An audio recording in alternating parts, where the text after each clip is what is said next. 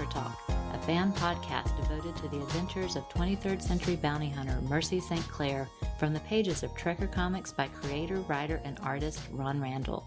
I'm Ruth. And I'm Darren.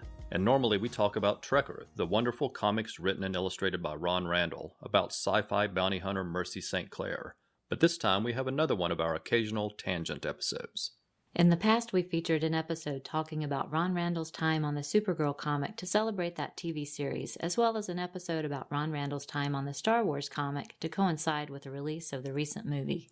And we wanted to do something similar this time to coincide with the release of a little movie you might not have heard about. It's a movie called Batman v Superman: Dawn of Justice.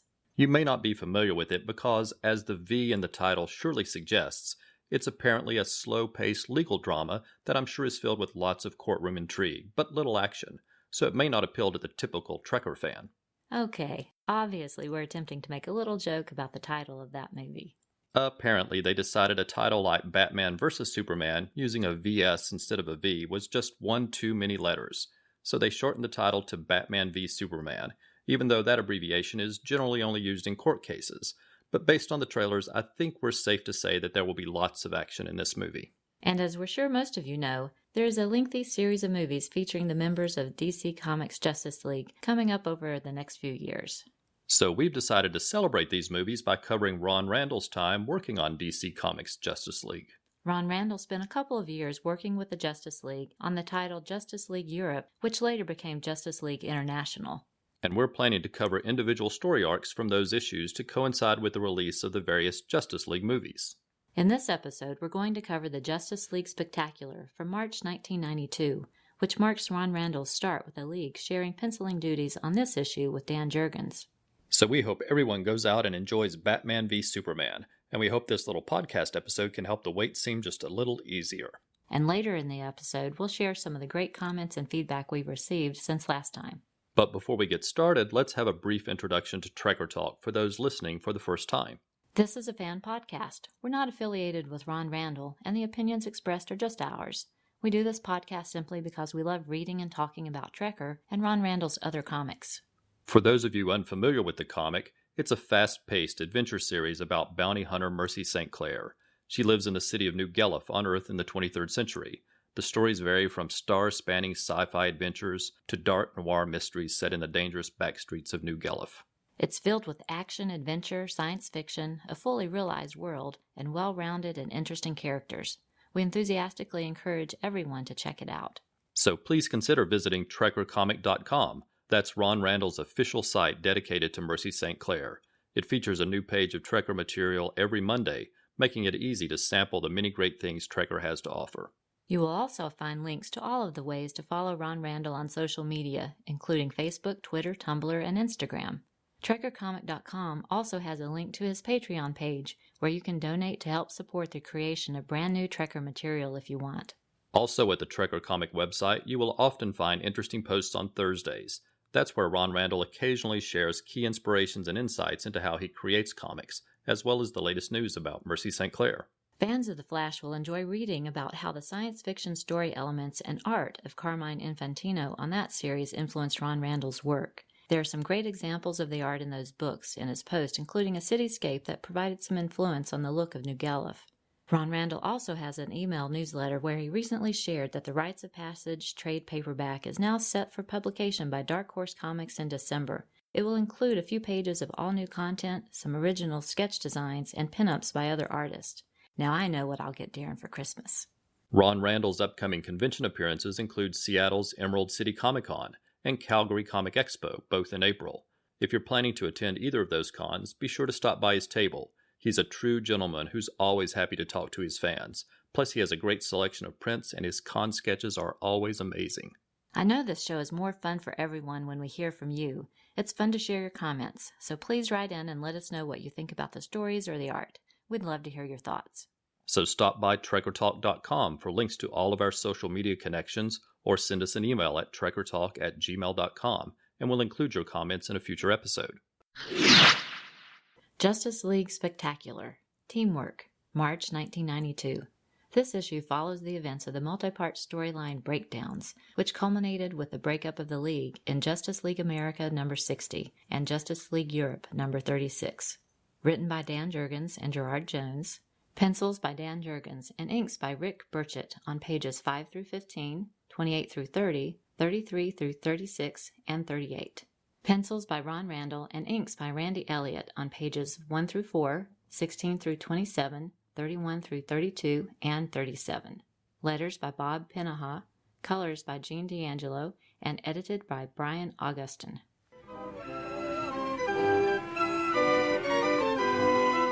A group of European diplomats are visiting the Funny Stuff Park in Florida. There are amusement park rides and animal mascots all around. Ralph Dibney, aka Elongated Man, is seriously stretching his neck to get a good view of the surroundings. He is there on a diplomatic mission and is accompanied by his wife Sue.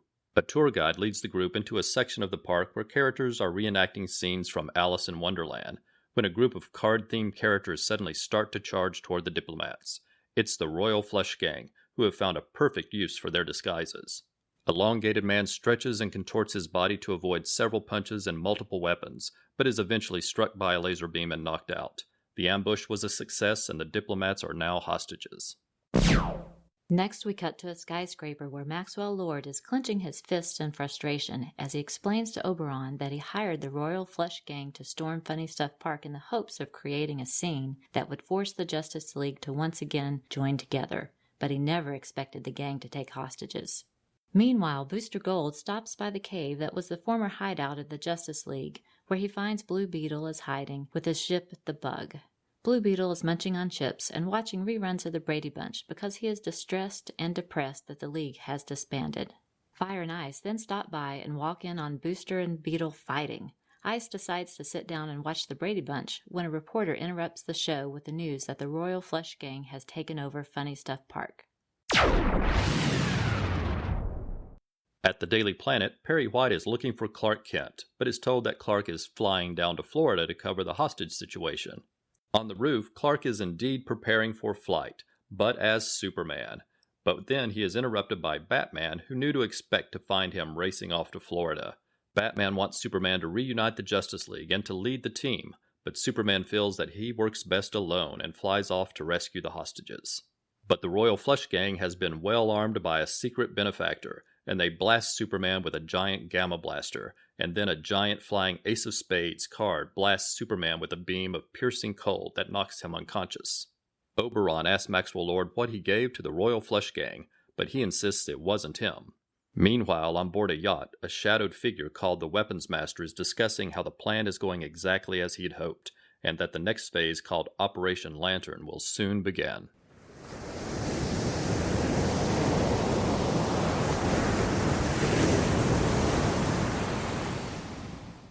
Back in Florida, Fire and Ice, Booster Gold, and Blue Beetle are arriving at Funny Stuff Park, where they are surprised to see Power Girl and Metamorpho arriving as well. The League members find themselves at a serious disadvantage against the powerful weapons wielded by the Royal Flush Gang, and are trying to strategize when Green Lantern Guy Gardner flies in for an initially successful attack, only then to be knocked to the ground with another huge laser blast by the Royal Flush Gang. As the battle rages on, we see a remote-controlled robot fly toward the unconscious Guy Gardner to retrieve his Green Lantern ring, but Booster Gold arrives just in time to destroy the robot and rescue him. Our heroes retreat as Booster Gold flies off with the unconscious Guy Gardner slung over one shoulder and Ice over the other shoulder, while Power Girl is carrying Metamorpho and the Blue Beetle. The Royal Flush Gang takes a moment to celebrate their victory, and then some turn their attention to torturing Superman, while the other members begin to attack Blue Beetle's Bug, where the League members are attempting to regroup. Inside the ship, Ice is holding Guy Gardner's ring to telepathically call out to Hal Jordan for assistance. Hal is on a mission in space, but realizes he is needed and so quickly flies back to Earth. He flies first to Paris and picks up the Crimson Fox, and stops at Big Belly Burgers to pick up Flash Wally West. Afterwards, he finds Aquaman and Dr. Light, who are helping to build a sub-oceanic farm. As this new group of heroes arrives at Funny Stuff Park, the Flash races through the Royal Flush Gang, quickly relieving them of their powerful weapons. All of our heroes rally with renewed force, and the team quickly defeat the Royal Flush Gang and free the diplomats. Back at Maxwell Lord's office, Oberon tells him he was lucky this time, but Max is just happy that the Justice League joined together in the battle. Meanwhile, on board the yacht, the shadowed figure of the weapons master seems satisfied with the way the events unfolded, and we see that his partner is an ambassador from the technologically advanced alien race known as the Dominators, who must have been the source of the powerful weapons given to the Royal Flush Gang.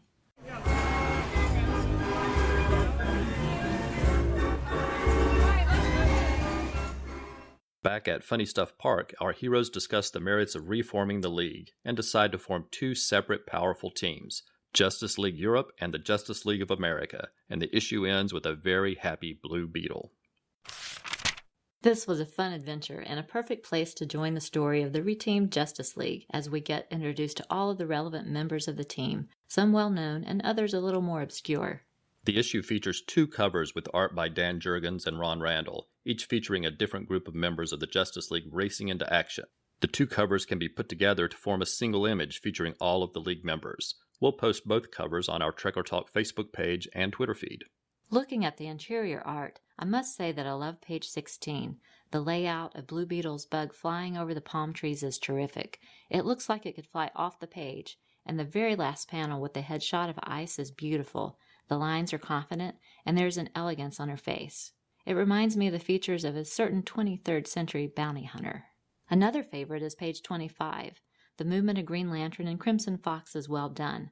I especially like the two horizontal panels in the middle of the page. One is of Green Lantern zipping through space, and the other is a cityscape view of a bridge across the River Seine in Paris, and the gargoyle at the bottom is terrific. And on page 29, Flash's speedy motions to grab the weapons and the elongated man knocking down the bad guys are well done. I'll point out a couple of the panels that I like as well. The scene at the top of page 18, where Blue Beetle tackles one of the Royal Flush cards, who is at the same time also slipping on an ice blast from ice, is good fun. And the last panel of page 35 has a great sketch of Superman. It's a nice angle. I like it. Some of my favorite pages include page 25, which you also mentioned. I really like the way Crimson Fox swoops in over Paris. I also like the action sequences on pages 31 and 32. The composition of the panels and the variety of the panel layouts really help to convey the action. Being an Aquaman fan, I liked seeing him helping to build a sub-oceanic farm on page 27. That's a nice touch. And then the final two-page spread on pages 37 to 38 is another great view of all of the members of the League racing into action, similar to the combined view created by the two covers. I thought that was a great way to end the book. I agree. And there's nice art all of the way through the issue, and the styles of Ron Randall and Dan Jurgens complement each other well. We will continue to periodically follow the adventures of the Justice League Europe team with art by Ron Randall over time, and hope that everyone enjoys these little tangent adventures intermixed with the adventures of Mercy St. Clair.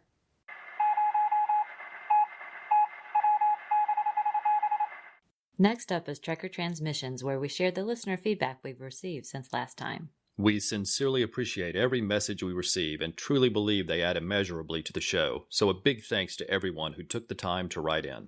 Our friend Robert Pilk, who runs Mountain Empire Comics in Bristol, Virginia, which was the comic shop we frequented when we first started dating, and is the comic store where we bought Trekker issue number 1 off the shelf when it was brand new, wrote to tell us he recently attended MystiCon in Roanoke, Virginia, where he was able to meet George R.R. Martin.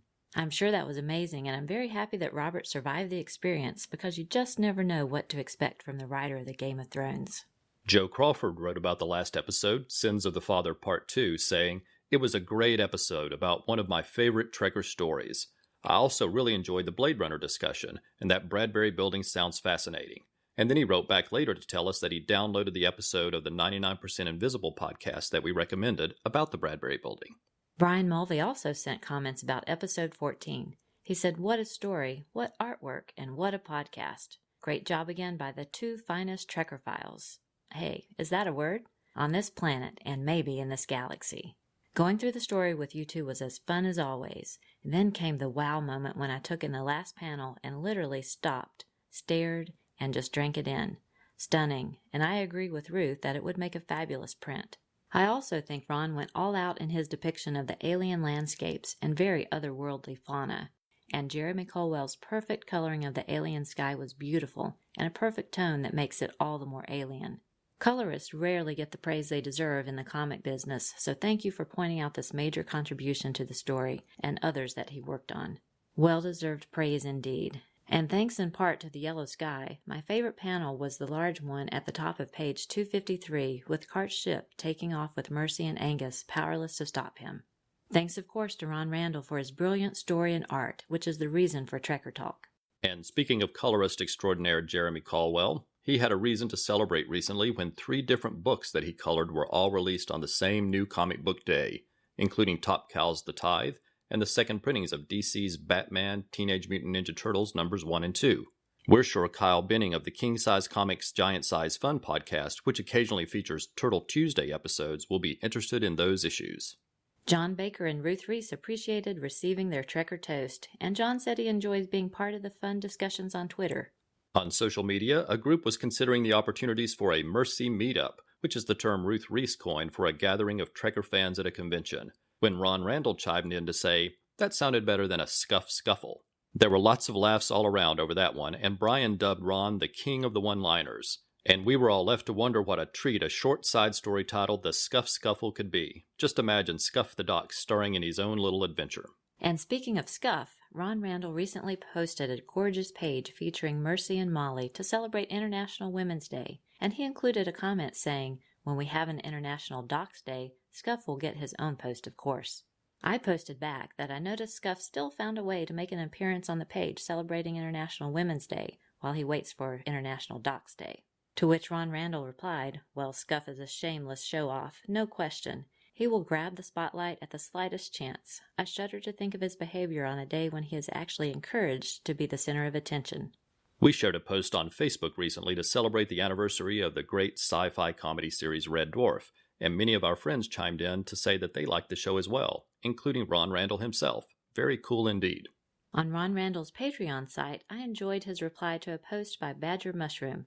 There, Ron shared ideas about some similarities between the art of comics and the art of filmmaking. Definitely worth reading. Also on Patreon, Ron Randall shared his thoughts about one of the early pages in the current story Chapeltown, where he said, the artist in me is never in favor of long-winded, talk-filled pages, but the writer in me feels they are occasionally necessary and even helpful to the story in building tone and fleshing out character and nuance. I posted a comment saying, reading this summary made me think of those fun old cartoons where a little angel sits on one shoulder and a little demon sits on the other shoulder, except in your case it's a little writer on one shoulder and a little artist on the other shoulder. And Ron replied, that's kind of what it feels like sometimes. I'll be writing a big speech, and the artist's voice will start saying, I'm going to have to leave a lot of room for that, you know. Can't you trim all that copy down some, pal? And the writer will reply, no, this is all excellent and absolutely necessary. What would you know anyway? You're just the artist. It's a never-ending struggle. Thank you, Ron Randall, for taking the time to share great fun conversations like those. For a recent Throwback Thursday, Ron Randall tweeted a beautiful commission of the Warlord, Travis Morgan. Our worlds collided there since we have been covering the Warlord and other Mike Grell comics on our podcast Warlord Worlds. For those of you who don't know, Ron Randall was the artist on the series Barren Earth, which was a backup feature in the Warlord from issues 63 through 88, followed by a 4-issue miniseries titled Conqueror of the Barren Earth. Ron then went on to be the regular artist on the Warlord later in its run. The Barren Earth is an excellent series featuring another strong female character and was written by Gary Cohn and edited by Laurie Sutton. Joe Crawford of the Non-Discerning Readers blog posted a photo and comments about Barren Earth that generated some great comments by both Gary Cohn and Ron Randall. Ron Randall said it was his first major work in comics in the mid-1980s and was tons of fun to collaborate with Gary Cohn on his vivid and groundbreaking epic. This series had just about everything the 10-year-old boy in me loved in comics, plus a great story to satisfy the adult fan in me as well, so actually a whole lot like Trekker in many ways. In reply to one of Joe's questions, Gary Cohn explained that the Conqueror of the Barren Earth miniseries picked up from the back issues in the Warlord, and added that he and Ron planned to wrap up the whole thing with a second miniseries titled Empire of the Barren Earth that sadly wasn't published. Joe replied that he now has a fun project to track down more back issues. We're going to cover the Barren Earth once we catch up to the current Trekker stories. We're planning to cover the backup stories and the miniseries over several episodes, but we have lots of Trekker still to cover first. Brian Mulvey made a recent discovery when he picked up the original art to a comic splash page by Ron Randall, but Brian didn't recognize the characters, and the dealer who sold it wasn't familiar with the characters either. So, being curious, Brian snapped a photo of it and sent it to Ron Randall, asking if he could identify it. Ron let him know that it was for an obscure book titled Xander and the Lost Universe from Techno Comics back in the 1990s. The piece was intended to be used as a poster or a cover, but the series and the company folded before it could be printed. Ashford, who co-hosts the new Birds of Prey podcast, Feathers and Foes, with Leah, let us know that he checked out our very first episode and enjoyed it so much that he then bought the Trekker Omnibus so he could read along with the episodes. That was fantastic news. Welcome to Trekker fandom, Ashford, and we sincerely hope you enjoy the comics and the podcast. The Feathers and Foes podcast is great fun for Birds of Prey fans, and we encourage everyone to check it out, and you'll hear a promo for it later in the episode. Ron Randall teased some exciting news recently when he tweeted a photo of some artwork he's doing for 2 upcoming issues of Astro City. Of course, that was of interest to us as well as to Dr. G, Man of Nerdology, at the Pulp to Pixel podcast, which features the show Welcome to Astro City, where they cover that excellent comic series. Dr. G is a great friend and supporter of Trekker Talk, and we're certain that the crew at Pulp to Pixel will do a fabulous job covering those issues on a future episode of their podcast, and we'll be sure to let our listeners know when they cover it. All of that Astro City news led to a series of exchanges among us, Dr. G, and Ron Randall about our excitement over the creator of Trekker working on Astro City. That culminated in a quote from Ron Randall saying, "Ain't it sweet when things like that line up?" which prompted Dr. G to tweet a gif of George Peppard from the A-Team saying, "I love it when a plan comes together." That in turn prompted me to reply that my favorite role of George Peppard's was from the TV series Banachek. For those of you unfamiliar with the series, George Peppard played a restoration specialist who investigated baffling cases for insurance companies. These were high-concept mysteries, and examples of cases included a prototype car that vanished from a moving train, a giant 3-ton sculpture that vanished from a museum, and a priceless book that vanished from a sealed display case. The series aired back in the 1970s and was part of the rotating mystery movies that included shows like Columbo, McCloud, and Macmillan and Wife. Banachek was a critical and ratings success, but ended abruptly after only 2 seasons because George Peppard quit the series because he was going through a difficult divorce at the time. So the series isn't rerun very often since there aren't very many episodes. But thankfully it was released on DVD a few years ago, and we were able to add it to our collection. Our friend Martin Gray, who runs the blog Too Dangerous for a Girl, then joined in the conversation, asking if after we rewatched Banachek, if we were planning to watch Heck Ramsey. That was a blast from the past and a reference to another one of those rotating mystery movies that featured Richard Boone as a detective in the Old West. As we exchanged messages with Martin, he commented that as a kid he got Heck Ramsey confused with Jonah Hex, which I responded would have made a crossover worthy of coverage on his Too Dangerous blog, to which he responded he would have covered it if it existed. The exchange caught the attention of publisher Bear Manor Media, and they tweeted to us that they have a book about the making of the Banachek TV series that is available for pre-order. So I quickly ordered that book, and I'm looking forward to reading it in the near future. Isn't it amazing how so many different threads can intersect?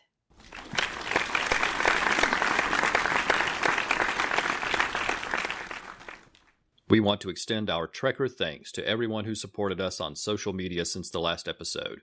These are people who favorited or retweeted our tweets from @TrekkerTalk or liked our Facebook or Tumblr pages. Thanks to everyone who took the time to share news about Trekker Talk with others. Your support really helps draw attention to the show, and best of all, helps others discover Trekker. So before we start, let us say if we miss a name, please let us know and we'll correct it in the next episode.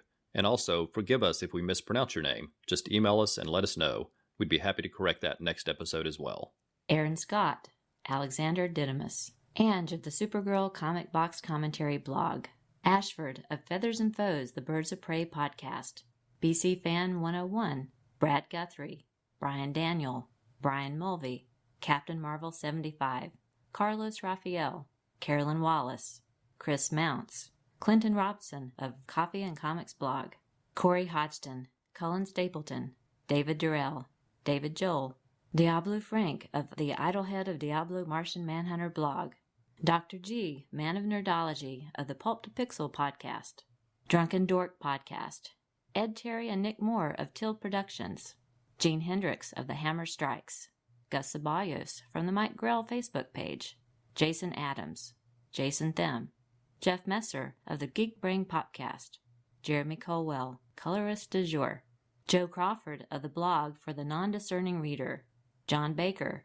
Karim Ahmed Hamdan, Karen Williams of the Between the Pages blog, Keith Thurman, Kyle Benning of King Size Comics Giant Size Fun, Laura Toledo, Lori Sutton, former DC editor and writer of You Choose Adventure books, Let's Talk Shazam, Lori Parker, Luds Komani, Mark Maldonado, Martin Gray of the blog Too Dangerous, Melanie Villegas, Michael Tagliaferro, Michael Chen, Mike Hall, Pablo Ventura, Patrick Daly, the great team at Periscope Studios, Peter Janch, Professor Allen of the Relatively Geeky Podcast Network, Ralph Tidings, Rob Lance, Robert Pilk, Rolled Spine Podcast, Ron and Lynn Randall, Ruth Reese, Ryan Daly of the Fire and Water Podcast Network, Scott Eos, Shag Matthews of Firestorm Fan, Shazamcast, Slavi Stranjev, Son of Cthulhu of the Crapbox of Son of Cthulhu blog, Sunshine St. John, Superman Captain Marvel, Tim Wallace of Cord Industries, the Blue Beetle blog, Tony Greenall, Vionnet Burrows, and Warren Montgomery of Will Lil Comics. And we'll be back after we play a couple of promos from other podcasts you may enjoy. Don't call them babes. Definitely don't call them broads. But can we call them birds? Welcome to Feathers and Foes, a Birds of Prey podcast where we will explore the tales of the femme fatales. Superman flies above you. Aquaman rules below you. But the birds stand with you. Feathers and Foes. I'm your host, Ashford, and in the studio with me is Leah. Hello? Whoa, it's Black Canary. Did you call me a broad? No. I said don't call them broads or babes. So you're saying I'm not a babe? I don't know. I don't know if you're a babe or not. I don't see you as an objectified, one-dimensional character with no agency. I see you as a well-rounded person with hopes and desires, and you get along with women that are like you and not like you. There's no need for two competing superheroes who happen to be women to find the need to compete against each other. Let us celebrate all of them. Look, I listen to your podcast. You like the Huntress more than you like me. She's not even in the original lineup. Come on, Canary, stop gatekeeping. That's Black Canary to you. And stop saying hot topic buzzwords like you think you'll make people believe you're a forward-thinking man. Yes, ma'am. You can listen and subscribe to Feathers and Foes on iTunes. Contact Ashford, Leah, and Mark on Twitter at Feathers and Foes. Justice League International, Bwahaha Podcast. A new monthly show chronicling the adventures of the JLI era by Keith Giffen and J.M. DeMatteis. We'll be going issue by issue in release order, tackling the core Justice League title, Justice League Europe, and the quarterly book. Along the way, we'll take time out for special episodes covering various spin-offs, cartoon appearances, the infamous TV pilot, and much more. So join me in an ever-changing roster of guest hosts as we celebrate your favorite JLI members, such as Martian Manhunter, Batman, Dr. Fate, Black Canary, Fire, Ice, Maxwell Lord, Oberon, Captain Marvel, Rocket Red, Captain Atom, Mr. Miracle, Guy Gardner, Booster Gold, Blue Beetle, Nort, and many, many more. Justice League International, Bwahaha Podcast, coming March 2016 as part of the Fire and Water Podcast Network. Want to make something of it? It's time for What's Up, when we talk about other things going on outside the world of Trekker. Just a few days ago, Google was celebrating the birthday of theremin virtuoso Clara Rockmore. It's an amazing sounding electronic instrument that's really not like anything else. It can sound like stringed instruments or an opera singer, or make eerie out-of-this-world sound effects like those used in many science fiction movies. I especially like that the Google Doodle taught you how to play a simple song on the instrument. It was really fun. If you didn't get a chance to see it, it's available if you go to the Doodles archive at google.com. It also reminded us of when we were able to see theremin expert Eric Ross perform live at the local North Carolina Museum of Art a few years ago. It was an outdoor performance where he demonstrated how the instrument worked and then gave a short concert. Afterwards, the museum showed the classic sci-fi film The Day the Earth Stood Still on their giant outdoor movie screen, while Eric Ross performed the sound effects for the movie live during the screening. It was a great event and a nice memory. Spring is starting to show up, and we recently had a very beautiful and warm weekend and went downtown for a nice walk and finished the day off by seeing the new Crouching Tiger, Hidden Dragon sequel titled Sword of Destiny. We've long been fans of this genre of high fantasy, action-adventure, martial arts films, and particularly enjoyed the first Crouching Tiger, Hidden Dragon. The movies are based on a series of 5 novels that are collectively called the Crane Iron series, and the stories span several generations. The first movie was based on the fourth book in the series, which was also titled Crouching Tiger, Hidden Dragon. The second movie is based on the fifth and final book, and the working title during production was the title of the book, which is Iron Knight, Silver Vase, and if you see the movie, you will understand the reason for that title. However, it was decided to change the title for the film's release to make it clear that it was a sequel. We thoroughly enjoyed the movie. It was filled with beautiful scenery and wonderful choreography. It's a more straightforward adventure than the first film, but it's still equally enjoyable. The movie has apparently gotten a bit of criticism, especially in China.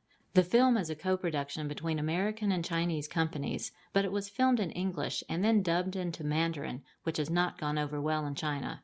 In addition, the beautiful scenery seen throughout the film has been equally criticized in China, because the movie was not filmed in China. Instead, all of that beautiful scenery is in fact New Zealand.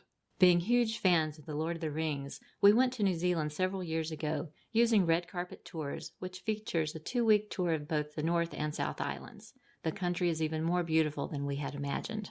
We like to travel, but we don't have a lot of money for travel, so we're what you would call budget travelers. We travel during the off-season when everything is cheaper. We use air miles for our flights. We always fly coach. We stay in discount hotels. We use public transportation. We don't buy souvenirs. All of that makes our travels much less expensive.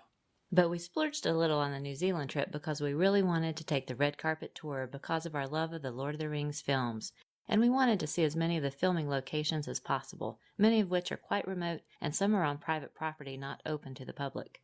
The Red Carpet Tour includes stops along the way at many of the country's most spectacular vistas, including Milford Sound, Mount Cook, Hookah Falls, and many beautiful lakes, rivers, and forests. We especially enjoyed Mount Sunday, the location of Edoras, and Mata Mata, which is the filming location for Hobbiton. It was a wonderful 2-week tour that we would recommend to any fan of the Lord of the Rings or the Hobbit movies, and we would love to be able to go again sometime. But getting back to Sword of Destiny, we thoroughly enjoyed the film and would recommend it to anyone who enjoyed the original Crouching Tiger, Hidden Dragon movie. We hope everyone enjoyed spending some time with us and the Justice League, and we hope you'll come back next month when we return to the world of Ron Randall's Trekker. Before we go, we want to provide you with our contact information. Please let us know your thoughts through email, Facebook, or Twitter. Also, if you like the show, please consider leaving a review on iTunes. That's a terrific way to help get the show noticed and perhaps attract more listeners to grow Trekker fandom. And please consider subscribing to the show so you always know when there's a new episode. We'd love to hear from you. So if you want to contact us directly, send us an email at trekkertalk@gmail.com. You can find us on Facebook, Twitter, and Tumblr using the name Trekker Talk. You can always visit trekkertalk.com for links to those social media pages. And if you use hashtag TrekkerComic and hashtag TrekkerTalk in your messages, it will help other fans find and follow the conversation. For those of you interested in the music that Ron Randall listens to while working on Trekker, he uses the hashtag TrekkerSoundtrack. Remember, at trekkercomic.com, you'll find a new page every Monday, as well as links to all of the ways you can find Ron Randall, and he often responds to posts on his Facebook page and on his Patreon site. So post to his pages and let him and other fans know what you think of his new Trekker material. Thanks for listening. We hope you'll come back next month for another new episode of Trekker Talk.